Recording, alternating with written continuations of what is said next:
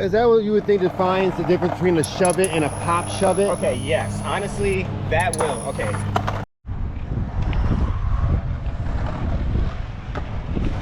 All right. We're here again. We're going to try to learn a couple new tricks today. We're going to start off with a shove it. Shove it is probably the next thing we want to talk about when it comes down to learning some tricks that are going from the basic to the more advanced. We just learned ollie last time. If you have not seen the episode, check it out. But today we're learning about the shove it, which is that lovely maneuver right there. We're going to do it from this lovely new amphitheater built here in Westland. Pretty nice little spot. So we're going to get some shove-its done here. Carrie, what's one thing that you like about shove-its and don't like about shove-its that we can talk about? Well, when you're learning them, it can be really difficult to not flip it. So what you really want to focus on is lifting that front foot up. And in the back foot, all you really need to do is a little bit of that. All right, little scoop. You kind of have that dialed. Like you almost want to put the pressure in your, you know, like in the pocket right here. Okay. Because you don't really want to hang it over the edge or anything like that. That causes lots of, you know, flip potential. Okay. So you want to have, you know, a good flat. Okay. See how like. Yeah, like a rotational scoop. Yeah. And then the front foot. Okay. Lift it straight up. You Okay. just get it out of the way. All right. Right? And so when you're learning that lift it straight up thing, it can be difficult to, you know, not accidentally flip because you're developing control. Okay. And then like I only recently just got my pop shove-its in a shape that I like, you know? Show us some. Yeah, give us some examples of what you got going on. Okay. Okay. That's okay. Well, is that what you would think defines the difference between a shove it and a pop shove it? Okay, yes. Honestly, that will. Okay. Here's what I discovered recently to really prevent that pop is it put your foot in here. If you're just trying to shove the board, Okay. because you get lots of room, you know, there's lots of surface there for you to just kind of like Rotate it. Okay. All right. Yeah. So that's kind of the reason why you're saying you shouldn't really be hanging your foot off the corner there. It causes that rotational moment. Yeah. So there was very little, you know, very little pop there. Yeah. That's what hanging that will do. Yeah. But that's when you just want to shove and you do not want to pop. Yeah. If you want to pop, you do want to have center, you know, slight knee bend, jump straight up. Yeah. Okay. And then you notice how my back foot did that little. Okay. So you want to get that, and then start lifting your foot up out of the way in preparation to catch the board. More often than not, like once you get that technique dialed in, that board will start coming up to your feet.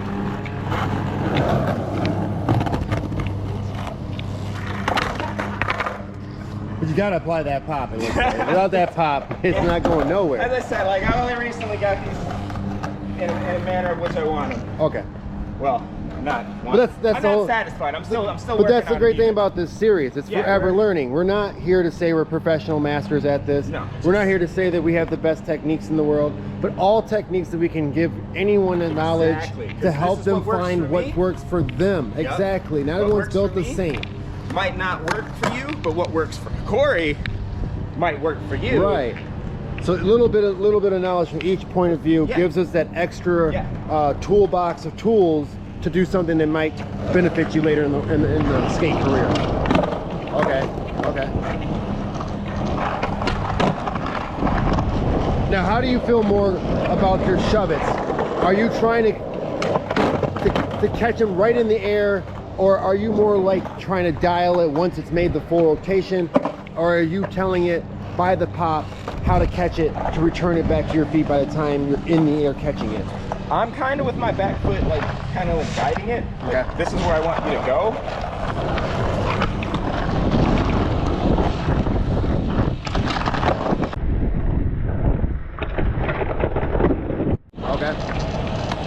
Now, how about feet position? Are you more closer to the idea, like we talked about in ollie, that your feet are closer to the 4 bolts, or are you more into your pocket because you want that rotation to be more tighter? I think, or do you think that there's no difference between the distance between closer to your nose compared to closer to your tail when you rotate it?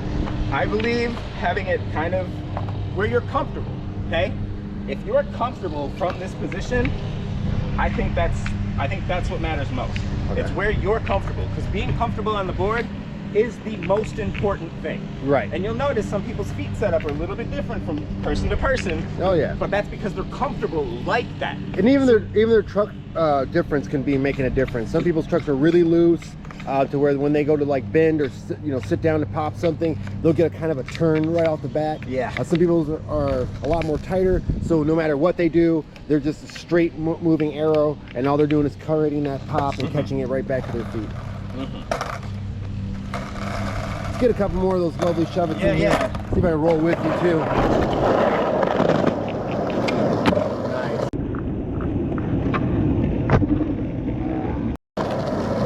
Now, which is this tip best for just your front side, or is this going to work for your backside shove-its? This is backside. Right. But are you backside pop for your front side shove-its as well? The technique of lifting that foot straight up is the same for your backside pop shove it as it is for your front side shove it. Okay. Because the idea is to get your front foot out of the way so that the rotation can go. You know, because like once you tell your front foot where you want to go, you want to bring that back foot up, kind of join it in the same height. Okay. Otherwise, you're going to be sagging, and chances are you're going to block your board from shoving, or you're going to block your board from flipping. That's what I have found in my experience. You want to throw down a couple front side shove-its so that we can get the difference? Absolutely. But let me tell you what I do differently. Okay. First, this is my feet position. Okay. I kind of have this little slant right here, and the reason that I have this slant right here is because when I pop, I do this. So I'm okay. So towards the nose, okay? Yep. And my front shoves are much better than my my backside. Well, it's not. We're learning to get them that way. Okay. All right. All right. Much more comfortable with them. Okay. Okay, yeah, they look nice. They're high, they're clean, they're very... Oh yeah, that's definitely something. So, I really contribute a lot of this. Okay. That's, like, it's really important for me. Okay. I think it's what makes my tricks work for, you know, this particular one. Right. That's why getting the front foot out of the way is so important. Okay? You want to put a little pressure in your front foot, because the pressure that you put down is the same pressure that you're going to release with.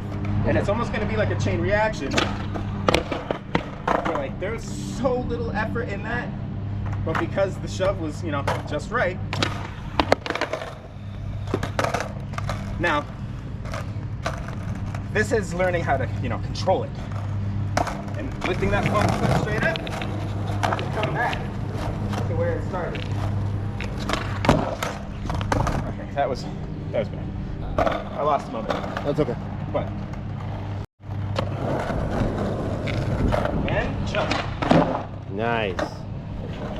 And like, it's important to watch your feet so that you can see where to put your feet back down. Yeah. You know, you're watching. I think that's a really good tip that I think it goes along with every trick that you do down gaps and flips and stuff like that. Yeah. That you're not really looking out where you're going. You should be looking down as you coast across things, because that really is where the action's happening. But as soon as you know you're back on your board, you should always land and look forward. Yeah, you want to see where you're going. Because you don't know who's out in front of you. You can run over a kid or something, someone on a bike or a scooter typically. Most skaters know to jump out the way, but you never know when it's coming. So you always want to look back up once you do it. But that's a great point though, no matter what you're doing, shove-its, kick flips, you know, spins, you want to look down at what's going on in the action below you and not so much out where you're going. But do know that's where you're heading, so always look up and be safe. Now, I mean, honestly, like you said the front side shove it. That's one of your more preferred, more practice seemed. Yep.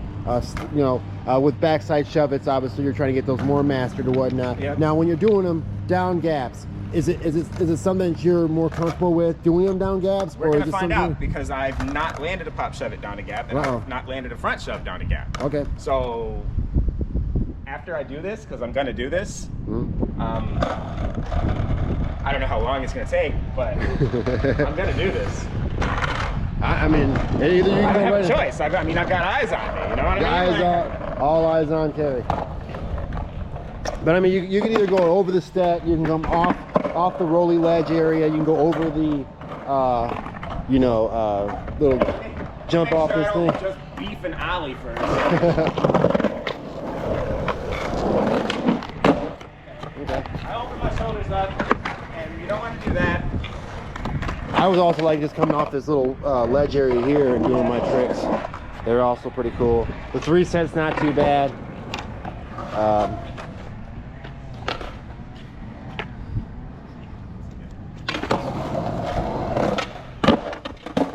Heck yeah. Heck yeah. All right. So it might depend on skater to skater whether you feel comfortable ollieing the gap first to make sure that you can absorb the impact. Yep. And I'm 40, so yeah. Like I only just got back into this and started taking it seriously in the last like 6 years.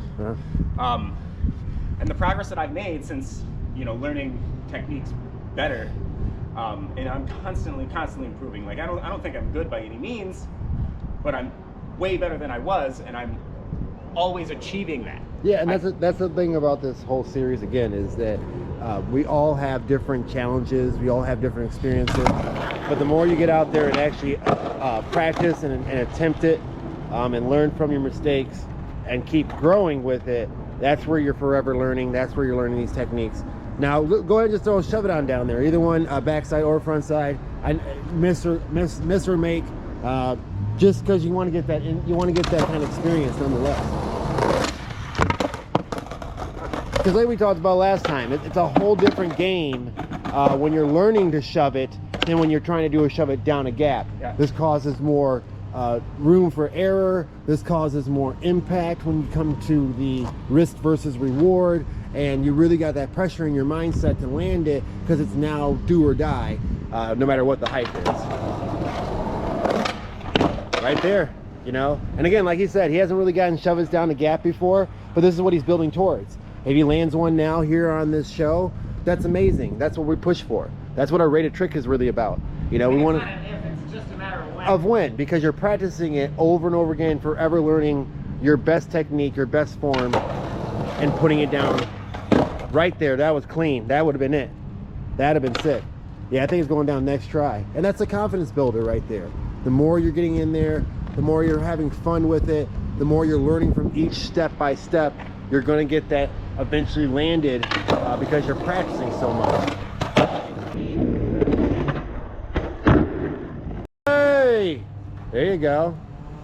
So if he'd never done a shove it down a gap or down anything before, he's now got the front side shove it extra clean, by the way.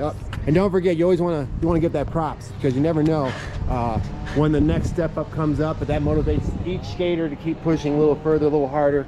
It was super crispy clean. Now he's got to see if he can get a backside one. Might as well complete the dream come true. This is where the battle comes. This is where the battle cry. Now listen, I'll be honest with you. This is one of the techniques. I used to love shove-its on ramps and stuff, and off of ramps, whatever. But when it came to a shove-it over a gap, I could never figure out why I could not get one down. But these kind of tips are what makes it possible. That'd have been sick. Get that late flip out at the end. I loved those back in the day. You do hack a shove it, but right when it goes halfway through the shove it, you kick down the inner part of the board and cause like a varial flip rotation. Yeah. Looks super sick. Not always planned, not always perfect. Very rarely planned. Very rarely planned, but that's part of forever learning. You're one moment you're learning to shove it, next thing you know you accidentally do something you didn't expect to do. Now you're practicing that. and then you got that as a part of your tricks too. Hey, that could have been it. That could have been it. You know. But that's the goal of it. He's trying to get it to snap correctly so that he catches that and goes right back to that beautiful ollie sensation. I'm not catching it like I want, and that's why I keep trying to like tap it to like confirm. Yeah.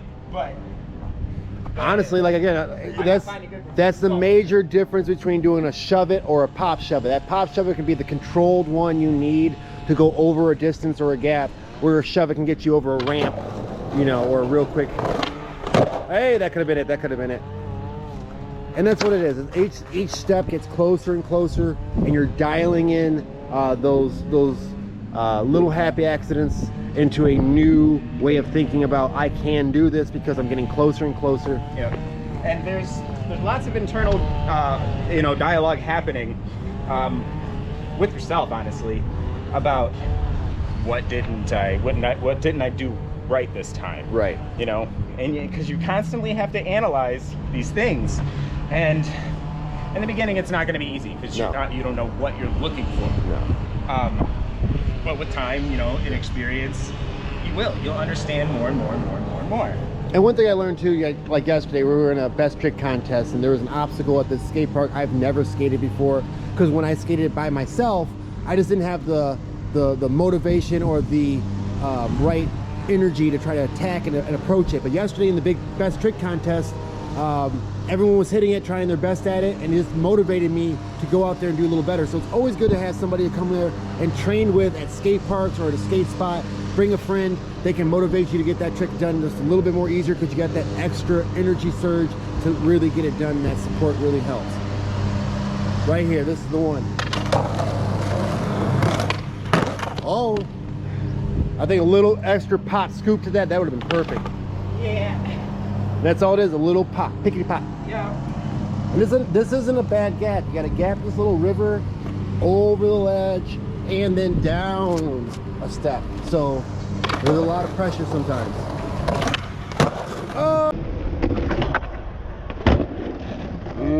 Oh! NBDs all day. Okay. NBDs all day. Okay. Yeah, it's unfortunate we're not doing the hard flip video today, because that's what I really want to see down this now. But we're going to stick to the thing. So tell us about the experience. What was the difference between you stepping from the flat ground into the gap itself? What was it that you were thinking about the most while pop shoving? Was it about the technique we were just talking about, or was it the actual just the impact versus you catching it in the air? For me, what it is a couple of things. Ultimately, I'm just trying to make sure that I do the technique right, because I know I'll be fine as long as I do my trick right. And I'm a perfectionist who is not satisfied with any amount of progress I make. I'm always trying to be better, whether I succeed or not. Who knows? Sometimes I do, sometimes I don't. Okay. And progress is funny, so you don't ever want to put a window on your progress. And don't compare yourself to anybody other than who you were yesterday. Right. This is so important. Yep. And it's good for up here, not just in skateboarding, but in life in general. Right, you know, right. Any technique, any art you do, like whatever hobby you may have, this applies. Don't compare yourself to nobody. Just if there's be better anyone than you were, if there's anyone you need to beat in this world, it's the older version of yourself. So I just want to make sure, one last thing before we go ahead and start tagging the pop shove it for you. When you're doing a backside one, where would you want your feet, and how should they look for us when you're ready? I believe that this right here is your ideal setup, because you want to be able to get this foot out of the way. Okay. That's the most important thing, is get this foot out of the way so that this can do that. Okay. Right? That will also allow the board to do its rotation. Gotcha. And then it also sets your foot back up to land back on. Okay. Right? So yeah, I would say it's this position right here. Okay. This is where I'm comfortable. Now, whether I set my feet up there when I actually do the trick or is another story. But this, in my mind, is what I aim for. Yeah, if you're just standing stationary and you were going to do a pop shove it, that's how you would look. Now, how about for a front side shove it? Where are we actually looking for this time? Okay, so the front shove, now it might differ for some of you. I put my foot kind of like this, like I have some hanging out from both sides. Okay. That way, that allows me to really put pressure down on this front foot. Okay. As I said earlier in the video, when you release that pressure that you've got built up here, boom, this is allowed to spring up, and your foot, you will hear this when it smacks your front foot. Okay. It will be something you get comfortable with because it happens. And so the back foot is back here. Because when you pop, you're telling your back foot to send the board this way. Mm-hmm. Basically sending your tail to your nose's original position. Yep. Yep. So setting it at that slant for me allows this to be more powerful because I'm not pushing down and doing this, I'm very much so scooping, but this is as I'm jumping up, right? Gotcha. Once I'm letting, it's almost like I'm thinking about where I'm pulling my feet up to, okay, and doing these techniques on the way up. And when I think about a trick like that, I notice that I do have better results. And see if I can demonstrate it very well right now. Oh yeah. So I felt like I was fully in control of that. Like I knew I was going to land that. Granted, it's just a flat ground, but still, it's that confidence and it's that consistency. It's like, oh, I know I'm going to do this. Knowing how it's going to feel while you're in the air, like, I know I got that, right? Now, what would you say your percentage in both feet are for either one of these two tricks? Is it 80-20? Is it like 50-50? What is your legs and your feet doing? Your back foot versus your front foot? What percentage are you applying energy and is utilizable for the trick? In my mind, I want to say ideally you want kind of a 50-50 deal because you want the energy that's released here to be the same energy that's, okay, you know, and then that's when you're going to get that really smooth, you know, pop and the shove of even, you know, height and whatnot. It's going to come up, smack your foot. Again, like this is just what I believe. I'm not an amateur or anything like that. Like I've never had a board shop looking at me like, ah, they like this guy. I'm just learning. I love doing this stuff, and I like telling people about the things that I find that I think help. You know. Again, it's not about whether you're the best at it. It's about a point of view that can be helpful to anyone who's struggling along the way as well, trying to learn this trick. Obviously, you said you've never jumped down a gap with this trick before, but you've built up enough confidence and enough practice that you've gotten both shove-its down this little gap, and that if anyone is aspiring even to learn their very first shove-it at all on the flat land, that obviously you can build up from this moment all the way up to a gap itself. That's the important part about these lessons. Woo! That's a little fancy footwork there. I like doing that. I like doing that. No, that's one of my faves to do on a hip. You do that on a hip. You do like a front side shove it, but you turn a body varial so it looks like you're actually doing like a catch the board backwards looking thing. It's so cool. But yeah, I mean, like let's go ahead and talk a little bit more about just the same thing. I guess overall, if you're practicing this, you can do the same techniques we talked about in our last episode with Ollie. You can use a bench. You can practice a shove it on the bench. You can use the crack to kind of get yourself a stabilization on the cement. That way you don't roll away or some of that. And you can also take it to the grass so you feel the most safest when you're doing the pop shove it. Yeah. But honestly, the shove it is probably the next thing up after Ollie. And it really just helps out your bodies with your hip and your position of your feet.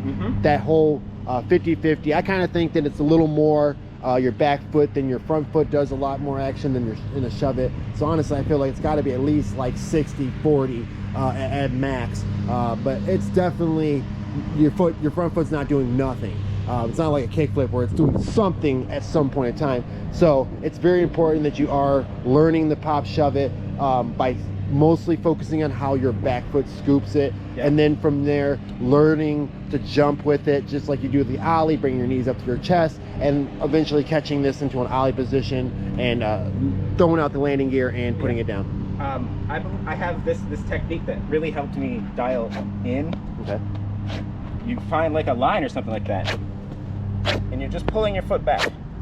Like you have the pressure in there, so that when you release your foot, this scrape happens automatically. And notice that like the scrape isn't like you go all the way past the line and then lift your leg up. You're scraping, and by the time that your foot should be passing the line, your leg's already up. Yep. It's going straight up. Same with this. Yeah. You know, that way you're not dragging the board with you in a position it does not want to flip or rotate in a position you need it to do it. All right, why don't we switch up real quick? I'm gonna do a couple shove-its myself, and then we can talk about the next thing we'll come up with in the next episode or so. Maybe get myself to do a couple shove-its. I'll probably fall a bunch. They've never been my favorite trick either. Like I said, Try some of my goofy techniques. well, that's true, that's true. My approach, though, has always been over time, and what has gotten me more confident with shoving is I do a little bit more of a catch, leave my front foot out there and kind of catch it as it is. Lifting the foot is good because you want that height, but sometimes you'll find as you're learning, you may miss it a lot because a lot of times you throw so much of your front hip into it that this reaction happens. You go to shove it, and your foot's out here in front of you instead. Really, you just want to kind of have that idea of a scoop by jumping and jumping back on it. But I found as I did it over gaps, it was hard to plan that shove it like fast enough or correctly enough that I would catch it as an ollie all the time. It'd be kind of shifted some weird way. So I had a lot of times I'd break my board, so I stopped doing pop shoves all the time. But then I started getting more techniques where I kept my front foot right above the board. So as I did it,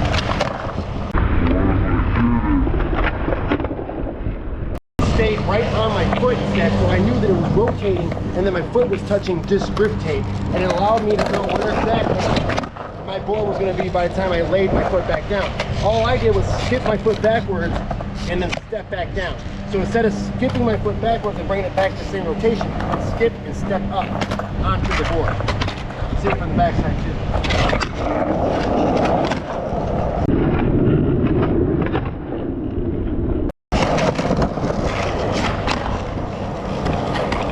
That way, even if you go to do a 360 version, it's not a whip and wait.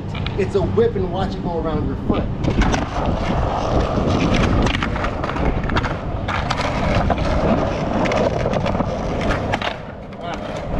And that way, you don't get so much of a dangerous rotation.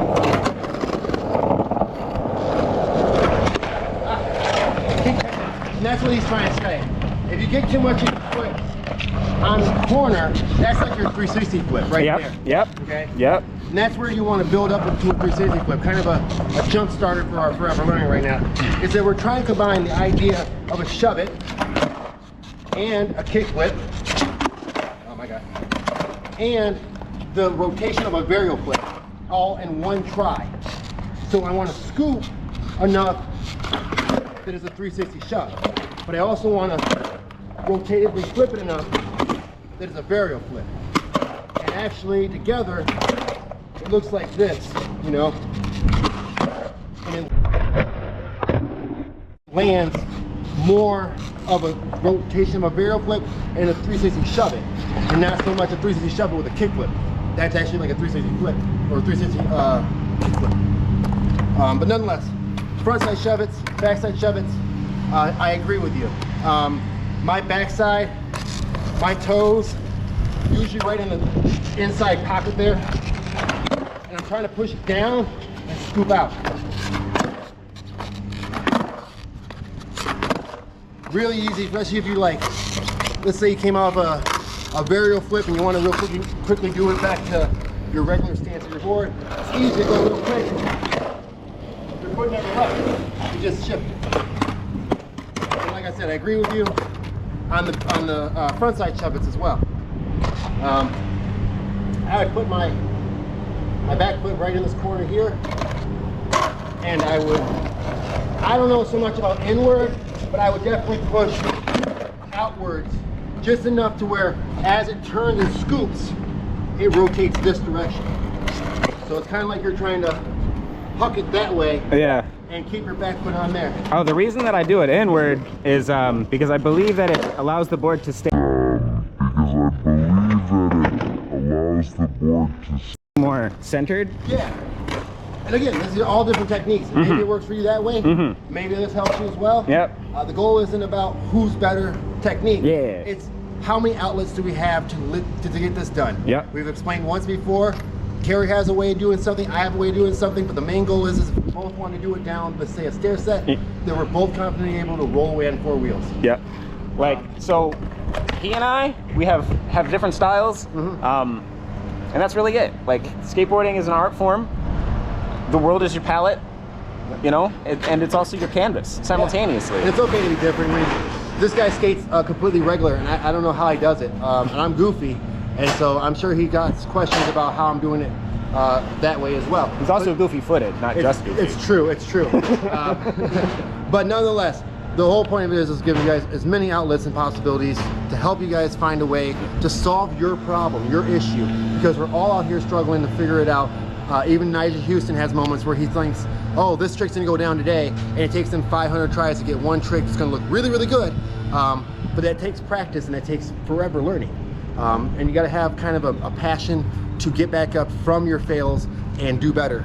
And be honest with yourself. And be honest with yourself with it. Exactly. Whether because if you don't really want to do this, you're not gonna push yourself to get better. You really have to commit. And then again, it's really hard for people who are solo skaters too. Again, like I said, if you can find someone to even come out there and just hold the camera for you, motivate you, or push you to the next limit, do so. Don't be afraid to skate with people who are outside your range of talents, or whether they be less better than you or way better than you.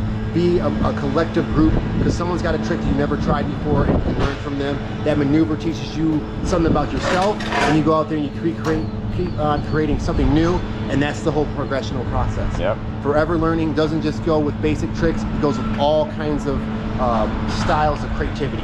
Yep. So keep pushing these little things and these little tips together to find even more better tricks to do than just a shove it. Anything else you want to add to this, though, Kerry, before we get out of this? Lovely shove it, forever learning. Don't be afraid to try new things. One of the things you can definitely try that's brand new, if you haven't subscribed to us yet, hit that subscribe button. That is an amazing thing to start off with. It helps all skateboarders who are learning how to do this stuff, and it keeps you informed, because every time we drop one of these videos, you're then now notified that we have now dropped another one of these lovely forever learning videos, and you can learn with us again. Oh, and also hit a like and a share, and spread the knowledge, because everyone who learns together does better. That's a promise. Let us know what you are forever learning, and if it's not something we've covered yet, we'll work on it. Yeah, and just let us know in the comments below what's next, and we'll go ahead and make that content for you next week. Have a blessed day, y'all, and we'll see you soon, Rangers. Peace.